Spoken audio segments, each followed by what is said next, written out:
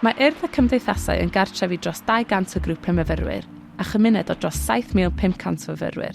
Gall fod Gymdeithasau'n seiliedig ar gyrsiau i chi ymuno â, neu gallwch ddod yn aelod o'r grwpiau amrywio eraill sydd gennym i'w gynnig. O gorau i bobi, dawnsio i gemau cyfrifiadur, beth bynnag yw eich diddordeb, mae yna rhywbeth i bawb.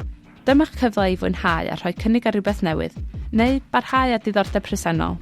Mae'r Undeb Athletaidd yn gartrefi dros 70 clwb chwaraeon, gyda 5,500 o fyfyrwyr yn cymryd rhan. Mae'r clybau yma yn cynnwys amrywiaeth eang o chwaraeon, o gampau unigol i gemau tîm, tu allan a thu mewn, o chwaraeon dŵr i crati a llawer mwy. Gall chwaraeon fod yn rhan fawr o brofiad myfyrwyr, ac mae'r dewis eang o glybau yn golygu bod gan bawb gyfle i gymryd rhan.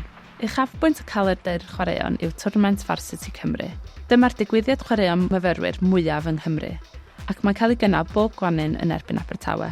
Mae mwy na 40 camp yn rhan o'r digwyddiad a gallwch gymryd rhan neu dod i gefnogi.